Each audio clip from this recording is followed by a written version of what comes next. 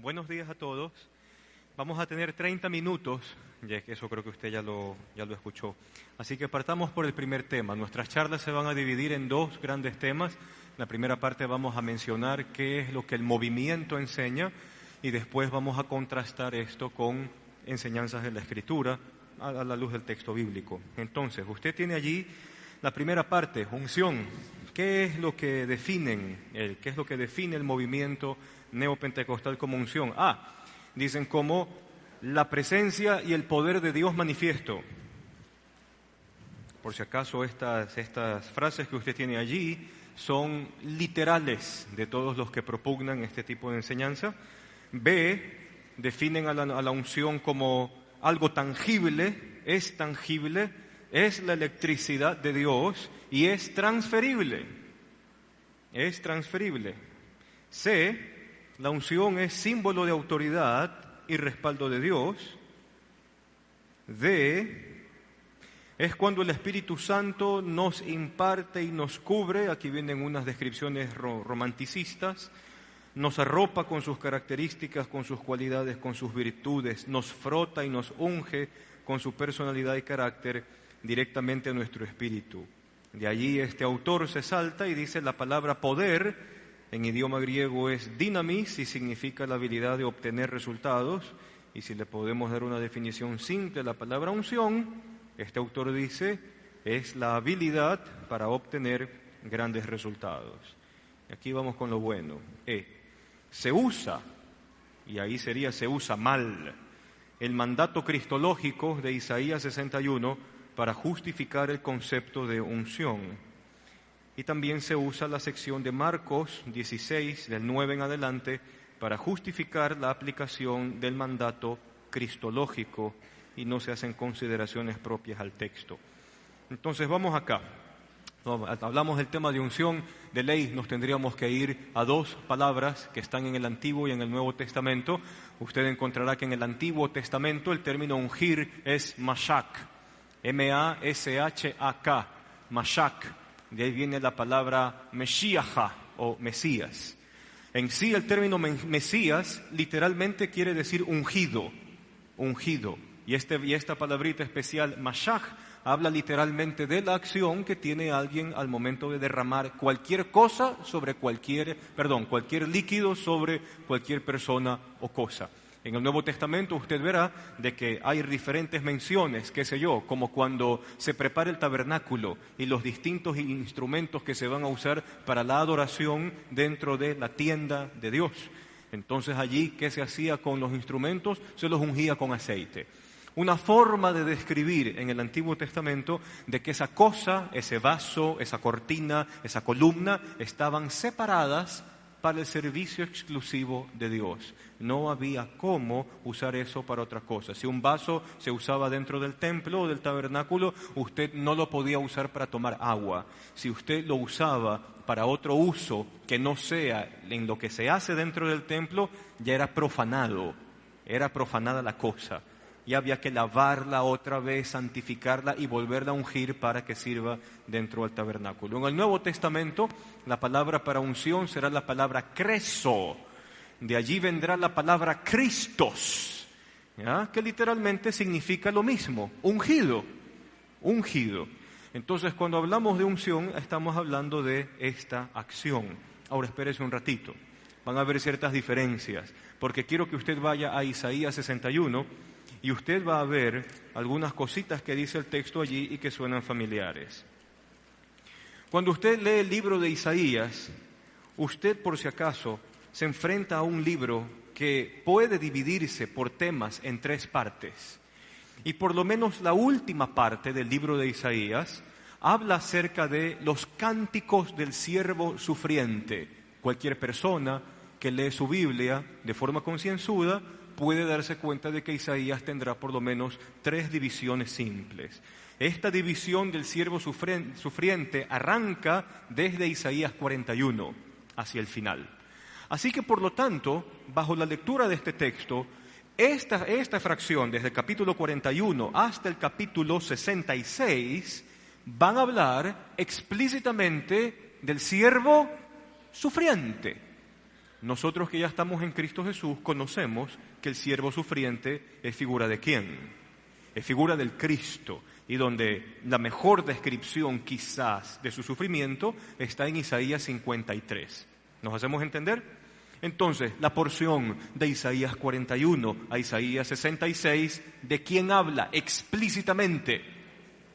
Muy bien, entonces bajo esta lectura podemos ir al capítulo 61, que está dentro de este gran bloque, y dice: el Espíritu del Señor Omnipotente está sobre mí, por cuanto me ha ungido para anunciar buenas nuevas a los pobres, me ha enviado a sanar los corazones heridos, a proclamar liberación a los cautivos y libertad a los prisioneros, a pregonar el año del favor del Señor y el día de la venganza del Dios nuestro, a consolar a todos los que están de duelo y a confortar los dolientes de Sión.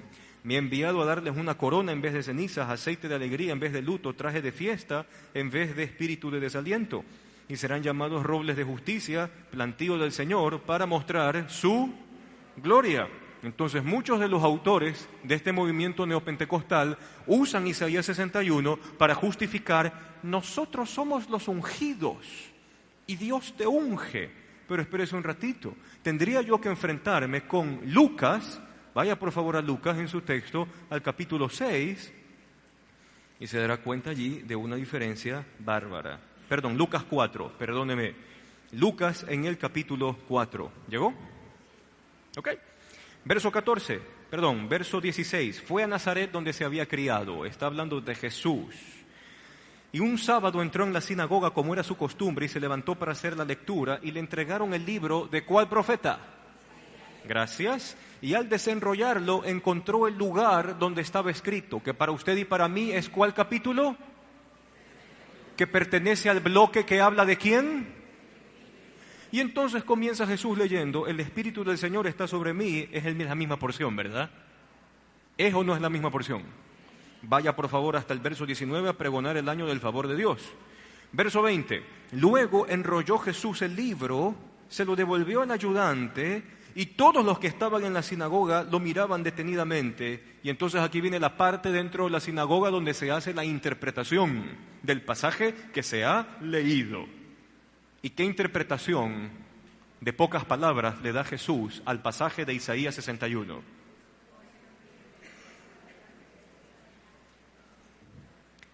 Entonces, Isaías 61 habla sola y únicamente ¿de quién? Usted no sana enfermos, usted no hace ninguna de esas cosas que describía el pasaje. ¿Quién hace eso? Jesús de Nazaret. ¿Cuál es lo único que usted hace? Como iglesia, nosotros predicamos a Jesús. Y esa es la razón por la cual la iglesia anuncia el evangelio o el querigma. Anunciamos a Cristo y luego el Señor se encarga de hacer lo que Él quiera sobre la gente. Pero no es que yo soy un ungido según Isaías 61. Ese pasaje es exclusivo de Jesús de Nazaret. Muchos en este movimiento usarán Isaías 61 como para describir alguna clase de unción personal. ¿Ya? Ahora, tenemos que trabajar con un texto de Marcos. Vamos a Marcos. Retroceda por favor ahí en su texto, en su Biblia o en su celular, no importa. Marcos 16. Si usted tiene una buena Biblia de estudio, usted verá que el pasaje de Marcos 16, en los manuscritos más antiguos. Ahora, paréntesis, cuando usted tiene que escoger manuscritos para ver la confiabilidad de la transmisión del mensaje, siempre usaremos los más viejos. En cuanto a manuscritos, mientras más viejo es mejor. Se va en contra a nuestra perspectiva, ¿no? A nosotros nos gusta ¿qué cosa? El último celular, la última cosa. Pero eso no me va a usted mentir. Nada se iguala al Nokia 1100. Mientras más viejo es mejor. La misma lógica va para los manuscritos. Entonces, usted me pregunta, hermano, en los manuscritos más viejos del Antiguo Testamento, ¿hasta dónde llega el Evangelio de Marcos? Y no solo mi respuesta, sino la respuesta de papirólogos, teólogos, biblistas, expertos en todas las ramas. Le van a decir, Marcos llega hasta el verso 8. Y entonces usted se queda con rostro de asombro y dice, ¿y qué pasa desde el versículo 9 en adelante? Durante 19 siglos, cuando comenzó el movimiento pentecostal, que luego se transformó en carismático y después en neopentecostal, ¿qué año? 1901, a la puerta del siglo XX. Hasta antes de eso, durante 19 siglos, biblistas, papirólogos, expertos, pastores, teólogos, reverendos, sacerdotes, ministros, sabían que hasta el verso 8 llegaba el Evangelio de Marcos. ¿Y entonces qué hacemos con el resto? Es sencillo. Entonces, esta serie de personas que se matan la vida estudiando la palabra de Dios, comienzan a darse cuenta de que los versos del 9 en adelante es lo que nosotros llamamos un agregado posterior. ¿Por qué? Porque el versículo 8 no termina tan bien. ¿Cómo termina el verso 8? Temblorosas y desconcertadas las mujeres salieron huyendo del sepulcro y no dijeron nada a nadie porque tenían miedo. Entonces, en algún momento de la época medieval, allá por el siglo VI, a un escriba se le ocurrió, no es un buen final para el Evangelio. Entonces el copista pudo haber dicho, Mateo termina bonito, porque Mateo termina con la ascensión y la gran comisión, ¿verdad? Lucas también termina bonito, Juan termina bonito, pero Marcos termina mal. Las mujeres tienen miedo. Entonces, este copista lo que hace es agarrar ciertas fracciones de los otros evangelios, las va a acomodar un poco a lo que él entiende de la gran comisión y agrega los textos del 9 hasta el 20. ¿Me explico? Ahora espérese un ratito. Cuando dentro del movimiento se quiere enseñar que Isaías 61 es para mí, ahora le hago una pregunta. ¿Era para mí? ¿Era para quién?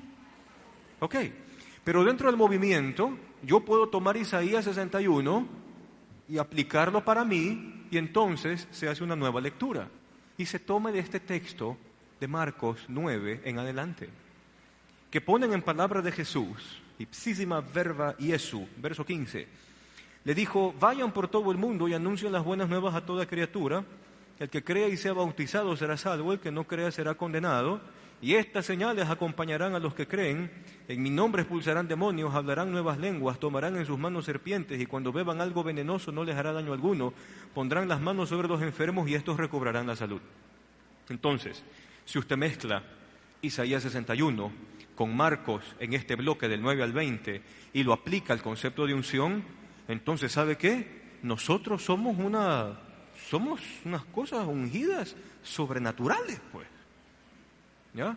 Y otro texto que se va a mencionar aquí es que se tomará el texto del Evangelio en que Jesús dice, y aún cosas más grandes que las que Jesús hizo, nosotros íbamos a hacer. Entonces mezcle todo. Entonces usted va a escuchar a gente que va a decir, Cristo resucitó a 2 muertos, ¿no? Al hijo de la viuda de Naín y a Lázaro, ¿recuerda? 2 muertos. Entonces ya comienza la competencia. Pero aquí nosotros hemos resucitado 10 muertos, tantos aquí, tantos allá, porque Jesús enseñó que cosas más grandes que Él hizo, nosotros haríamos.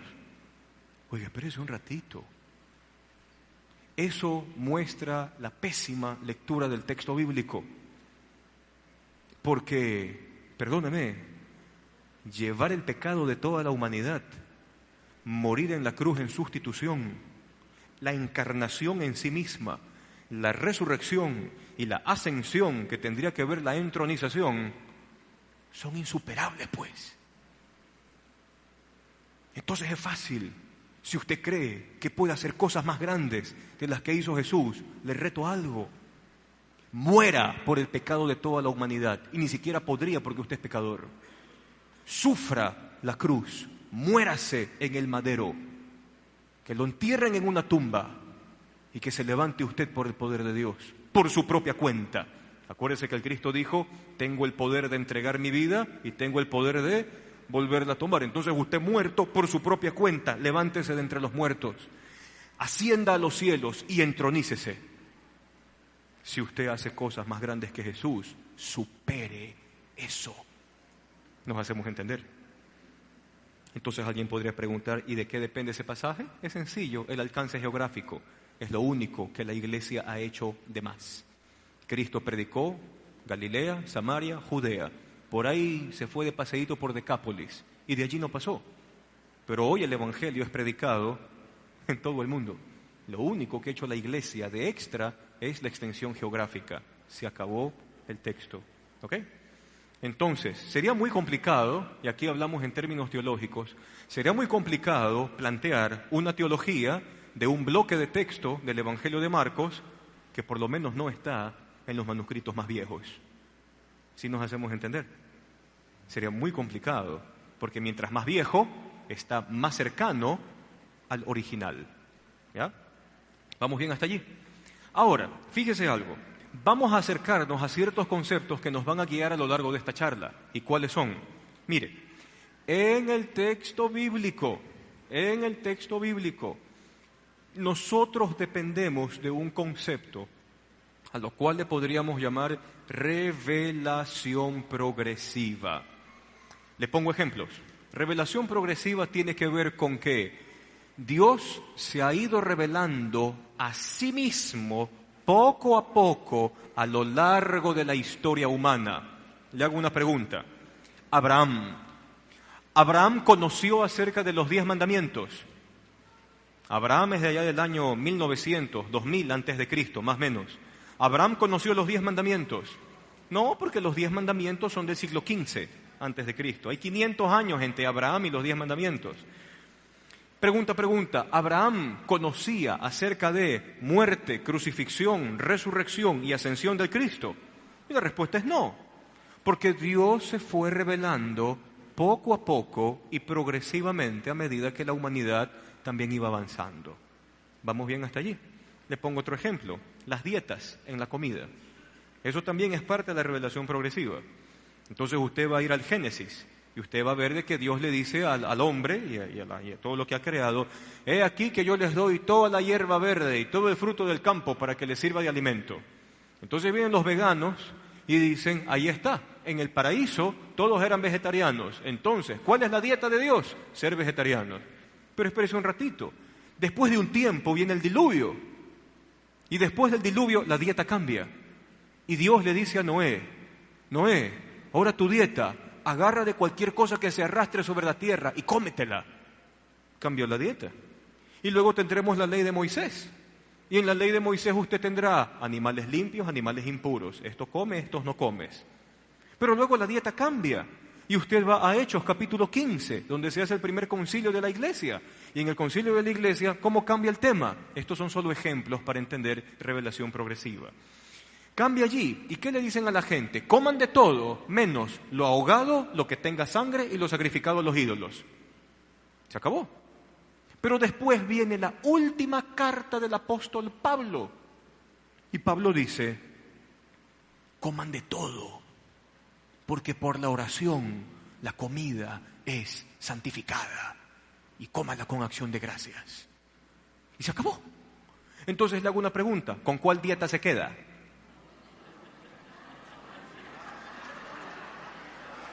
O sea, porque si usted no come yaguarlocro y come fritada, usted está infringiendo una u otra.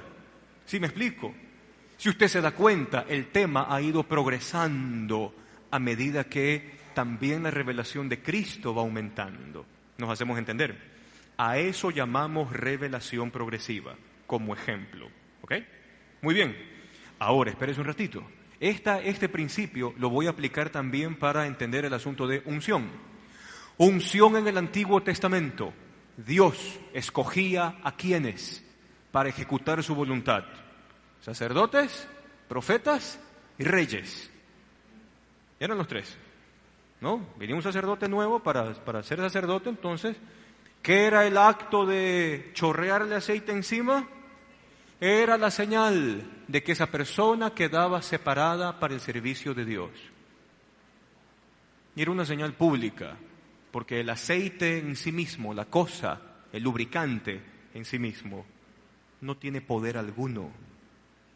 Es señal, es simbólico, tiene un uso metafórico. ¿Nos hacemos entender?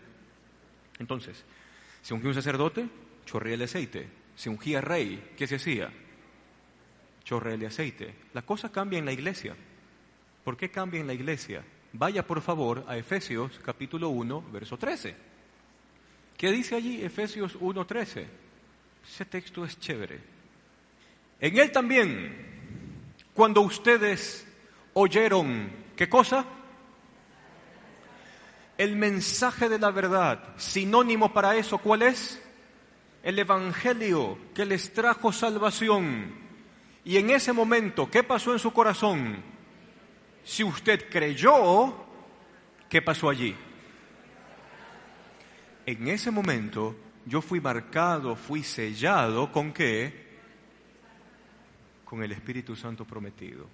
Eso quiere decir que estas unciones personales de una persona entre todo el pueblo quedó para el Antiguo Testamento, donde yo necesitaba un rey que gobierne una nación y una nación teocrática, o sea, donde Dios es la última ley. Me explico. Donde un sacerdote de un contexto religioso tribal, porque la fe que vive Israel es una fe tribal, solo la tribu la tiene. Donde el marco del profeta como consejero del rey pertenecía al mismo contexto tribal. Pero eso servía para luego poder entender el concepto, cómo va progresando en el tiempo. Y entonces ahora, si es así, si el Espíritu Santo, porque ya vamos a ver el texto de Primera de Juan 2 del 20 al 27, si el Espíritu Santo metafóricamente es mostrado como el aceite de la santa unción, ya la realidad de la iglesia es otra. Entonces, la santa unción la tiene todo aquel que cree. Entonces, o todos somos ungidos, o ninguno es ungido, pero no puede existir un solo ungido. ¿Sí me explico? Porque si quiero hablar de quién es el ungido, con E mayúscula y todas en altas, ¿yo qué respondo? Jesús de Nazaret. Porque Cristo, ¿qué significa? Ungido. ¿Quién es el ungido? Jesús de Nazaret. Pero aquí viene el asunto. No se explican estos conceptos, ni de revelación progresiva, ni tampoco de acercarme a los textos en el momento histórico en que son escritos. Y entonces, para mí es fácil decirle a la gente, tú quieres recibir lo que yo tengo. ¿Y qué es lo que yo tengo? Que es diferente a lo que mi hermano en la silla puede recibir. O sea, hay algo que no concuerda allí. Porque el que está sentado en la silla puede recibir de Dios. ¿Desde qué momento? Texto de Efesios 1:13. Desde el momento en que usted oyó, escuchó y creyó el mensaje de la verdad. Pero yo no le digo eso a la gente, porque a mí me conviene tenerlo a usted dependiendo de mí. Entonces yo le digo a usted, ¿tú quieres tener lo que yo tengo? Ah, es que la unción es transferible. Ahora, contraste usted a la luz de Efesios 1:13, pasaje cristológico bien leído de Isaías 61, pasaje cristológico de Lucas capítulo 4, desde el verso 16 en adelante. ¿La unción es transferible? La respuesta es no. La respuesta es no. Porque es el Espíritu de Dios que viene al corazón cuando usted cree. Cuando usted cree, nada más. Primera de Juan. Vamos al texto que usted tiene allí en sus apuntes. Tengo 4 minutos para acabar esta sección. Juan 1. Juan 2, verso 20 al 27. Primera de Juan capítulo 2, desde el verso 20 hasta el verso 27. ¿Llegó? ¿Llegó? Esta es una carta, probablemente, aunque no tenga tan destinatario tan bien claro, pero podríamos hablar de que podría ser la iglesia de Éfeso. Y es sencillo, porque Juan en la historia llega a ser obispo de la iglesia de Éfeso. Lo más probable es que le haya escrito a esa iglesia. En todo caso es una carta circular. Primera de Juan es una carta circular y las cartas circulares estaban diseñadas para ser leídas. ¿El mensaje era para quiénes? Para toda la iglesia. Y entonces mire lo que dice el texto allí. Todos ustedes, toda la iglesia, según Efesios 1:13, ¿quiénes son la iglesia? Los que han creído, los que han escuchado, los que han recibido el mensaje del Evangelio e inmediatamente han sido sellados ¿por quién? Por el Espíritu Santo. Entonces dice, todos ustedes en cambio han recibido la unción del Santo, de manera que conocen la verdad. No les escribo porque ignoren la verdad, sino porque la conocen y porque ninguna mentira procede de la verdad. ¿Quién es mentiroso? Sino el que niega que Jesús es el Cristo. Es el anticristo, el que niega al Padre y al Hijo. Y aquí Juan está hablando de doctrinas, por si acaso. Todo el que niega al Hijo no tiene a quién. Y el que reconoce al Hijo tiene también al Padre. Permanezca entre ustedes lo que han oído desde el principio, y así ustedes permanecerán también en el Hijo y en el Padre. Esta es la promesa que Él nos dio. ¿Cuál? La vida eterna. Estas cosas les escribo acerca de los que procuran engañarlos. Según este texto, los que procuran engañar son llamados ¿cómo? Entonces el anticristo no es el papa ni el gobernador Illuminati.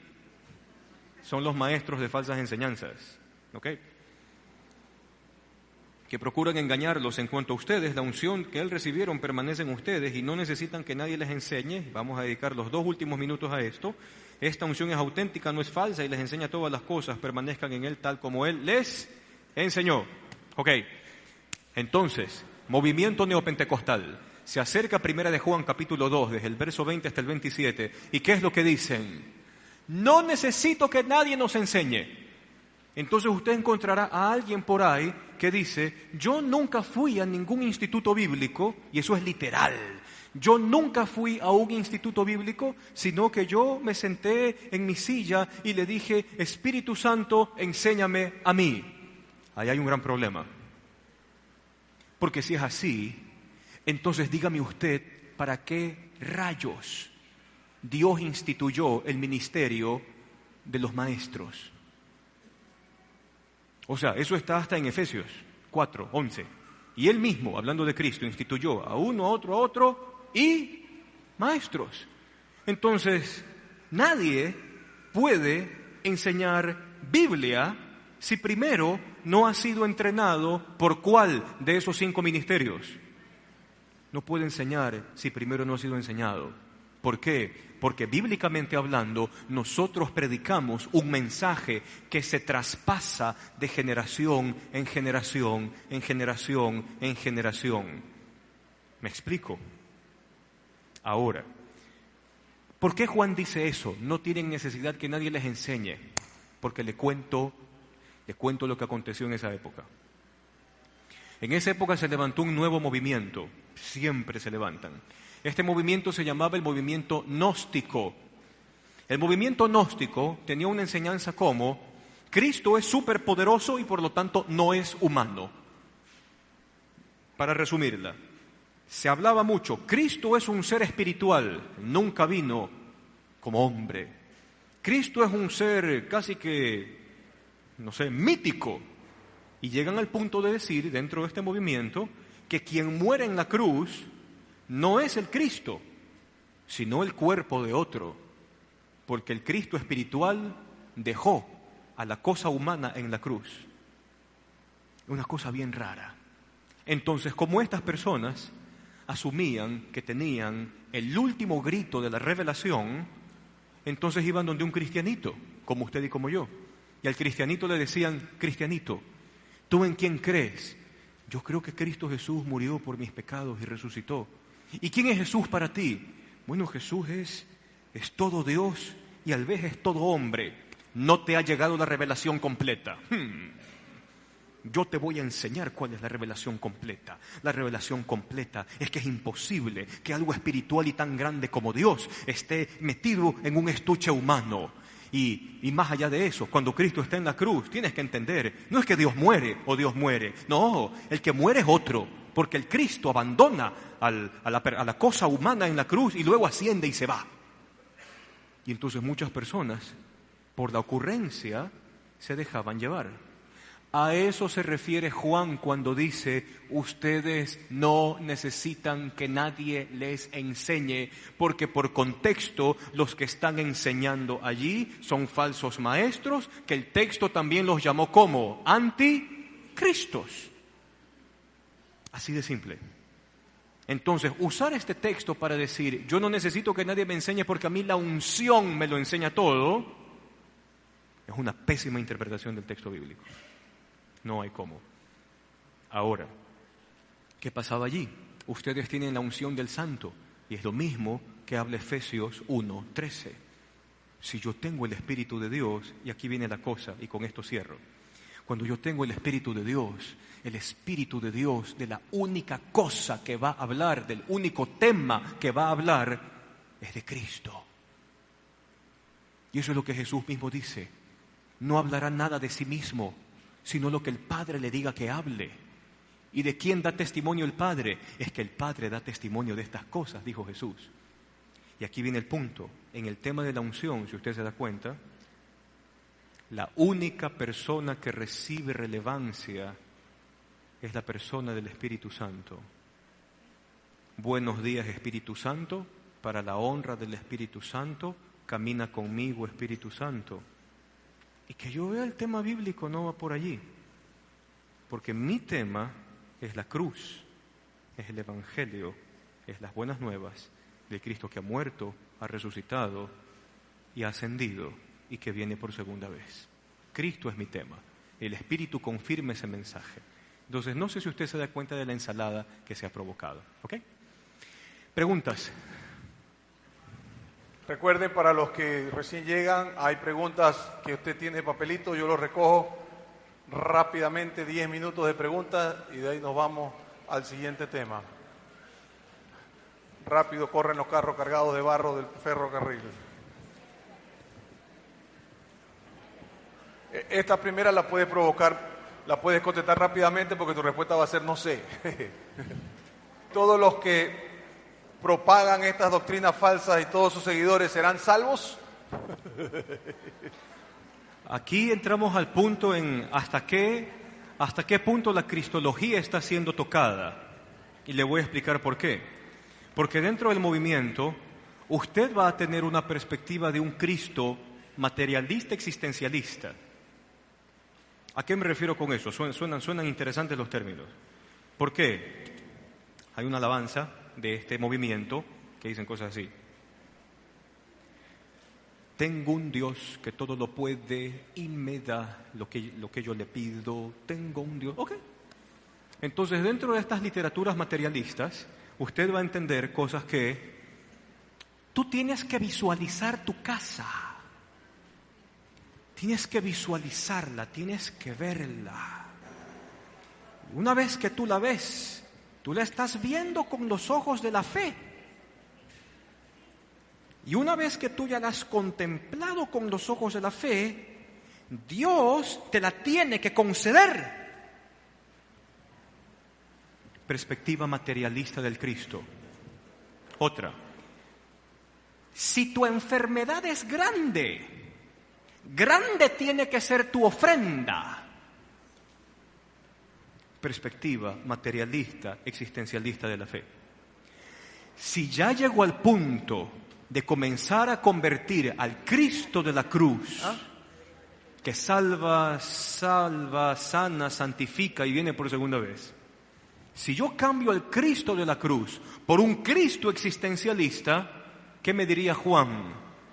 Si has negado al Hijo, no tienes al Padre. Si has negado al Hijo tal como el mensaje de la palabra de Dios lo presenta, no tienes vida. Ok, tenemos 3 preguntas sobre el pasaje de Marcos 16, 17, en uno es 17, en otro es 9 al 20 y en otro es del 9 al 21, pero es un pasaje de Marcos, es el mismo. Sí. ¿Por qué Jesús dijo esto en Marcos 16, 17 si se supone que está mal? No sé qué dijo en Marcos 16, 17. No estamos diciendo que esas sean las mismas palabras de Jesús, solo puntualizamos que el fin del Evangelio de Marcos del 9 hasta el verso 20 es un agregado que se hizo en la época o al inicio de la época medieval. No estoy diciendo que Jesús haya dicho eso. Ahora, usted puede tomar otras referencias, como cuando Jesús envía a los 12 y luego envía a los 72 y les dice lo mismo, esto y lo otro. Pero esos fueron mandamientos propios para ellos, para esa generación, para ese grupo de gente. Por principio de interpretación bíblica, eso no me compete a mí. ¿Ok? ¿Y tenemos que creer en esos versos o no? Yo no basaría ningún concepto de fe en Marcos del 9 al 20. Pero si coordina con otro, entonces sí. Tampoco. Ah, ya. Ok. ¿Por qué fueron ungidas otras personas si usted dice que el único ungido es Dios? La promesa de Joel, que Joel en el capítulo 2, que se hace también eco en Hechos en el capítulo 2, que es cuando los discípulos están allí. Debo de marcar como un hito histórico de que el derramamiento del Espíritu Santo es el inicio de los últimos tiempos. Si usted quiere ver cuántos últimos tiempos vamos llevando, tenemos 2000 años viviendo los últimos tiempos. Hay un cambio allí. En el Antiguo Testamento, la unción o la capacidad de hacer la voluntad de Dios o la obra de Dios la recibían el grupo de estos 3.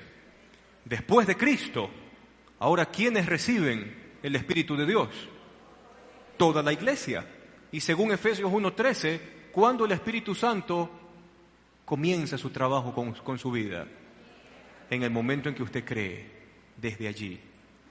Unción transferible se basa en la imposición de manos de 2 de Timoteo 1:6. El manto de Elías y Eliseo, y explíquenos entonces la unción a los enfermos que dice Santiago. Muy bien, vamos allá. Usted aquí va a aprender un principio. Todo pasaje de la Biblia depende de su contexto histórico, cultural y lingüístico. Porque si usted agarra un texto fuera de contexto, usted va a hacer una menestra de aplicaciones. Entre ellas, qué sé yo, usted está leyendo la Biblia y usted tiene que escoger, ¿no? Su presupuesto le da para escogerse el Spark, pero su sueño es tener quizás el BMW 4x4 último modelo con inteligencia artificial que hasta lo baña y le habla y le da masajes en todo el cuerpo. Y entonces usted está buscando la voluntad de Dios. Entonces usted dice, Señor, ¿cuál carro me compro? Su presupuesto le dice, puedes comprarte un Spark. Su cabeza, ¿qué visualiza? Le dice, cómprate el BMW. Entonces usted está pensando, ¿Spark o BMW? ¿Spark o BMW? ¿Spark o BMW? Entonces usted abre la Biblia y usted va en la parte del Evangelio en que Jesús le dice a Judas, lo que vayas a hacer, hazlo pronto. Y entonces usted va, pone el dedo, entonces dice, Señor, aquí, en cualquiera de los 2 dedos, el versículo que si es el versículo cae en este dedo, es el BMW. Y si el versículo cae en este dedo, es el Spark. Entonces se abre la Biblia, hacemos bibliomancia, le pongo el texto y sale... Uy, es el dedo malcriado, no lo puedo dejar solo, pero queda aquí, ¿ya? Queda aquí. Lo que vayas a hacer, hazlo pronto. Dios me habló y me ha dicho que me compre el BMW, porque eso llena mi fe. Ahora, hay un problema allí. Cuando nosotros vemos Elías y Eliseo, ubíquese, ¿en qué testamento está? ¿Quiénes eran los que recibían la unción en el mundo antiguo? ¿Usted a qué mundo pertenece? ¿Pre-Cristo o post-Cristo? Entonces, si usted es de la época post-Cristo, ¿cuándo usted recibió el Espíritu de Dios? El día en que usted rindió su corazón al Señor. Entonces, ¿de dónde viene? Porque es famosa el sermón de Elías y Eliseo, y recoge el manto, y mire, se hace interpretación de todo. Información teológica. Eso se llama interpretación alegórica. Eso no fue practicado por la iglesia en el primer siglo. La interpretación alegórica continuó desde el siglo II hasta mediados del siglo IV y allí terminó, porque a San Agustín de Hipona se le antojó ver la forma en cómo mejor se puede interpretar el texto. Y desde allí la cristiandad, desde el siglo IV, inclusive hasta la época de la Reforma, tuvo el análisis histórico, contextual y lingüístico del texto. En la interpretación alegórica todo es símbolo. Entonces, si a Eliseo se le cae la hoja, y el texto dice, y Eliseo se agachó y recogió la hoja, la interpretación alegórica dirá, Eliseo se humilló. Porque en la interpretación alegórica cada cosa tiene un significado. Y eso no se puede hacer. Y usted me puede decir, pero en la Biblia hay ejemplos. Pablo hace eso cuando habla de Sara y de Agar. Pero espérese un ratito, pues. Usted está frente a alguien que era un erudito en las Escrituras y que sabía hacer eso. Y por último, esos pasajes en su forma de interpretación han quedado encapsulados. Es decir, son los únicos que se aceptan como interpretación alegórica. Elías y Eliseo. Termino con Santiago. Santiago se escribe allá por la década del 60. Si usted va a la historia, el Imperio Romano atravesó una de las peores pestes bubónicas de la época. No había cura, no había forma de curar eso. ¿Cómo se manifestaba la fiebre bubónica? Por lo menos en aquel entonces.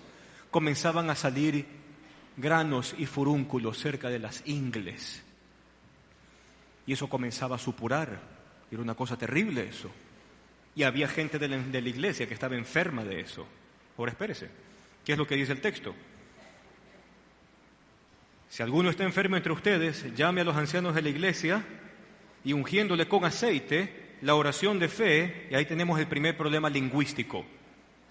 La oración de fe traduce el texto, sanará al enfermo. ¿Ya? Pero versiones antiguas de la Biblia en castellano y el texto griego utilizan el término sanar como extensión de la palabra salvar. La oración de fe salvará al enfermo y termina el texto diciendo, y el Señor y el término levantará es anastasis. Ahí viene el nombre Anastasia. Anastasis significa literalmente resucitar.